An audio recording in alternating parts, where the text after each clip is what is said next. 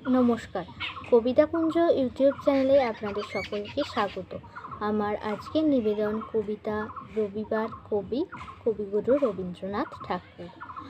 সোমমঙ্গল বুধ এরা সব আসে তাড়াতাড়ি, এদের ঘরে আছে বুঝি মস্ত হাওয়া গাড়ি।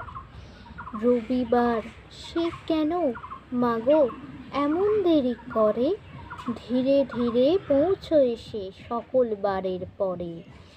আকাশ বাড়ে তার বাড়িটি দূর কি সবার চেয়ে, সে বুঝি মা তোমার মতো গরিব ঘরের মেয়ে।